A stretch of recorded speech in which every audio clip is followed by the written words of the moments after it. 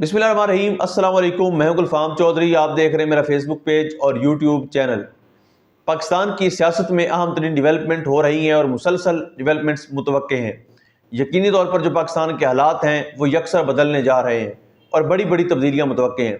इस हवाले से हमारे साथ मौजूद है सिद्दीक जान साहब। उनसे जानते हैं क्या डेवलपमेंट हुई हैं, पहले उनकी बात सुनते हैं फिर उस पर बात करते हैं। बिलाखिर इमरान खान साहब ने 24 नवंबर की कॉल दे दी है इस्लामाबाद एहतजाज के लिए। अब इसकी तफसीलात बहुत जल्द सामने आएंगी। जो अलीमा खान साहिबा की गुफ्तगू है वो भी मैं आपको सुनाऊंगा, लेकिन बाकी तफसीलात जल्द सामने आएंगी कि 24 नवंबर की जो तारीख़ है, तो 24 नवंबर की तारीख़ का क्या मतलब है कि 24 नवंबर को तहरीक इंसाफ के कारकुनान इस्लामाबाद पहुँचेंगे या 24 नवंबर को वो अपने अपने इलाकों से रवाना होंगे। इसकी तफसीलात अभी सामने आना है। और क्या 24 नवंबर को वो पहुँच के यहाँ पर धरना होगा, लॉकडाउन होगा, क्या होगा क्या नहीं होगा ये पता चलेगा। लेकिन ये बहुत इंपॉर्टेंट ऐलान है इमरान खान साहब का। ये ऐलान इमरान खान साहब का एक ऐसे वक्त पे आया है जब आप देखें तो इस वक्त बज़ाहिर हमें जो नज़र आता है वो ये है कि इस हुकूमत ने, इस निज़ाम ने अपना मुकम्मल तौर पे कंट्रोल हासिल कर लिया है, कब्ज़ा हासिल कर लिया है। यानी अगर आप इस वक्त देखें तो एक तरह से अदलिया भी, उसको भी फतह कर लिया गया है, अदलिया को भी मुकम्मल तौर पे कंट्रोल कर लिया गया है। जस्टिस ज़िया अफरीदी साहब ने सरेंडर कर दिया है, बल्कि जस्टिस ज़िया अफरीदी साहब ने ना सिर्फ सरेंडर किया है बल्कि अगर आप देखें तो याहिया अफरीदी साहब ने जो एक और जो बहुत अफसोसनाक काम किया वो ये किया कि 31 अक्टूबर को प्रैक्टिस एंड प्रोसीजर कमेटी का जो इजलास बुलाया मंसूर अली शाह साहब ने और मुनीब अख्तर साहब ने। ये आपके समझने के लिए ज़रूरी है कि जो उस वक्त का कानून था, उस कानून के मुताबिक जो प्रैक्टिस एंड प्रोसीजर कमेटी थी उसके 3 मेंबरान थे। Chief justice Pakistan justice Zia Afridi और उनके साथ जस्टिस सैयद मंसूर अली शाह और जस्टिस मुनीब अख्तर उसके मेंबर थे। और उसका कानून के मुताबिक, प्रैक्टिस एंड प्रोसीजर कानून के मुताबिक जो इजलास है वो अगर जो कमेटी के हेड हैं वो नहीं बुलाते तो 2 मेंबरान भी इजलास जो है वो बुला सकते थे। तो खैर उन्होंने इजलास बुलाया, दोनों ने, मंसूर अली शाह साहब ने और मुनीब अख्तर साहब ने। उन्होंने पहले याहिया अफरीदी साहब को कहा कि आप इजलास में आएँ, वो इजलास में नहीं आए, इजलास बुलाएं, उन्होंने नहीं बुलाया। उन्होंने इजलास बुलाया, इजलास बुला के और मंसूर अली शाह साहब और मुनीब अख्तर साहब ने ये फैसला किया कि 26वीं आइनी तरमीम के ख़िलाफ़ जो आइनी पिटीशंस हैं ये बहुत अहम है, ये बहुत अहम मामला है, तो ये मामला 4 नवंबर को समाअत के लिए मुकर्रर किया जाए।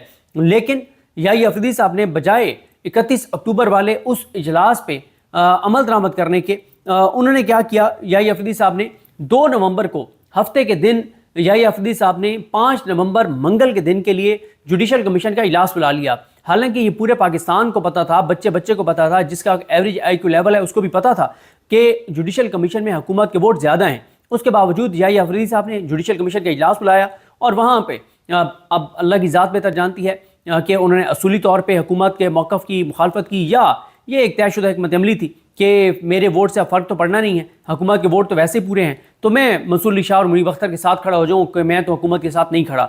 हालांकि मतलब आप हुकूमत के साथ कैसे नहीं खड़े, आप हुकूमत के ही नामजद करदा, हुकूमत के सिलेक्टेड आप चीफ जस्टिस हैं। हुकूमत ने आइन के साथ खिलवाड़ करके, आइन का हुलिया बिगाड़ के और आइनी तरमीम वो कर ही नहीं सकते थे। आपको उन्होंने चीफ जस्टिस लगाया, आप तीसरे नंबर पे थे, आपने अभी कम से कम 4-5 साल बाद जाके और चीफ जस्टिस पाकिस्तान बनना था और आपको अभी वो बना रहे हैं। तो इस पे बहुत ज़्यादा सवालात उठे थे जब याहिया अफरीदी साहब को हुकूमत ने सिलेक्ट किया। नवाज शरीफ और जरदारी ने कहा, बिलावल और मरीम ने कहा कि हमें याहिया अफरीदी पसंद है। तो उस वक्त बहुत से सवालात उठे। हम लोग ये भी सोच रहे थे कि शायद इसलिए उनका नाम आया कि हुकूमत का ये ख्याल था कि याहिया अफरीदी साहब इनकार कर देंगे और याहिया अफरीदी साहब जैसे इनकार करेंगे तो हम जस्टिस अमीनुद्दीन खान को चीफ जस्टिस पाकिस्तान बना देंगे। और हमारा ये ख्याल था, जो कि गलत था, कि मंसूर अली शाह साहब और मुनीब अख्तर साहब की मुशावरत से ही जो जस्टिस याहिया अफरीदी साहब हैं वो चीफ जस्टिस पाकिस्तान बने हैं। लेकिन ऐसा हरगिज़ नहीं था। ये बात साबित हो गई कि नहीं, वो बिल्कुल चीफ जस्टिस पाकिस्तान दिल से बने हैं, दिलो जान से बने हैं, खुशी से बने हैं। और बल्कि यहाँ तक भी अब बातें होती हैं कि ये पहले से मामला जो हैं वो तयशुदा थे, क्योंकि अब तक 26 अक्टूबर से लेके आज की तारीख तक याहिया अफरीदी साहब ने जितने भी इक़दाम किए हैं वो सारे के सारे वो इक़दाम हैं जिससे हुकूमत को कोई नुकसान नहीं हुआ। बल्ले बल्ले बहुत हुई, हमने बहुत तारीफ़ की।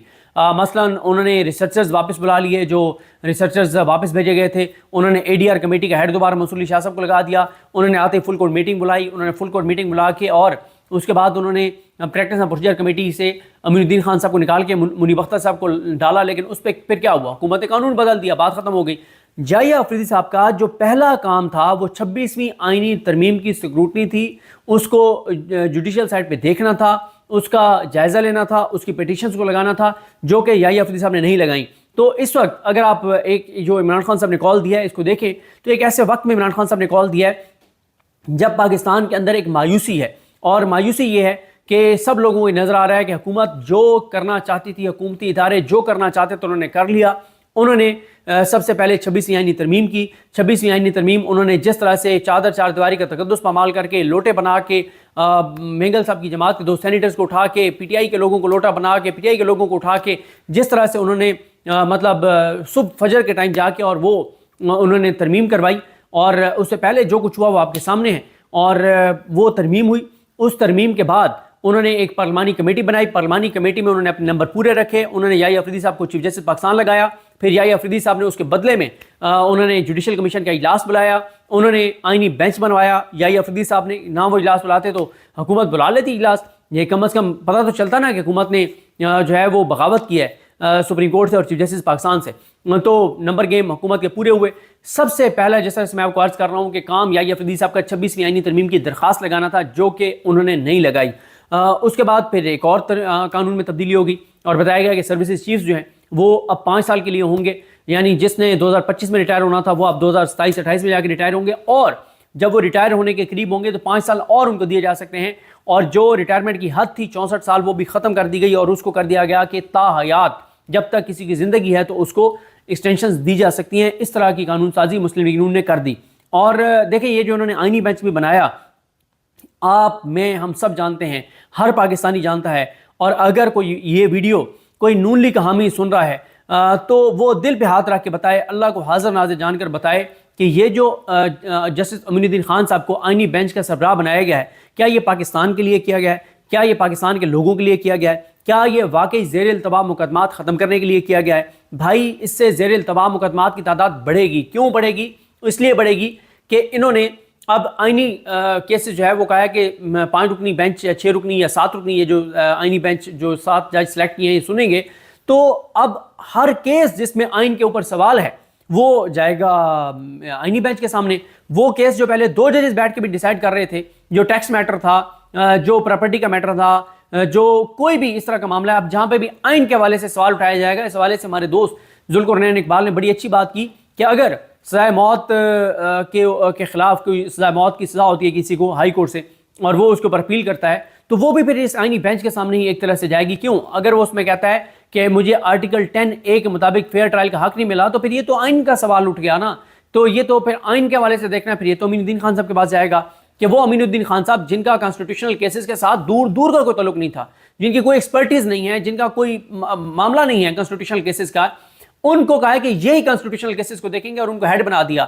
اور جو کانسٹیٹیوشنل کیسز کے ایکسپرٹ ہیں، جو اتھارٹی سمجھے جاتے ہیں اس کے اندر، جسٹس منصور علی شاہ صاحب اور جسٹس منیب اختر صاحب، ان دونوں کو آؤٹ کر دیا۔ یہ بالکل ایسے ہی ہے جیسے پہلے قاضی فائزی صاحب جیسے گھٹیا، مکروہ، نیچ، غلیظ، گھٹیا انسان نے آ کے اور جو کرمنل کیسز، فوجداری کیسز کے جو ایکسپرٹ تھے، جسٹس سید مظاہر علی اکبر نقوی صاحب، جن کے کیسز، جتنے کیسز انہوں نے ہائی کورٹ میں ڈیسائیڈ کیے، جتنے کیسز انہوں نے سپریم کورٹ میں ڈیسائیڈ کیے، اس وقت ایک بھی جج ان کے مقابلے کا نہیں ہے جس نے اتنے زیادہ کرمنل کیسز جو ہیں وہ ڈیسائیڈ کیے ہوں جتنے سید مظاہر علی اکبر نقوی صاحب نے کیے سپریم کورٹ میں اور ہائی کورٹ میں۔ اور جتنی ان کی رپورٹڈ ججمنٹس ہیں، اس مظاہر علی اکبر نقوی کو قاضی فائزی صاحب نے آ کے اور عدلیہ سے نکلوایا اور ان کے خلاف انتقامی کارروائی کی، اور اس انتقامی کارروائی میں بدقسمتی سے منصور علی شاہ صاحب بھی ان کے ساتھ تھے اور سردار طارق مسعود تو ساتھ تھا ہی تھا۔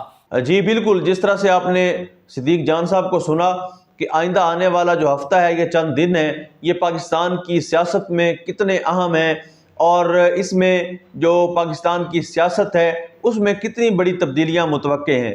اللہ پاک وطن عزیز کا حامی و ناصر ہو۔ پاکستان زندہ باد۔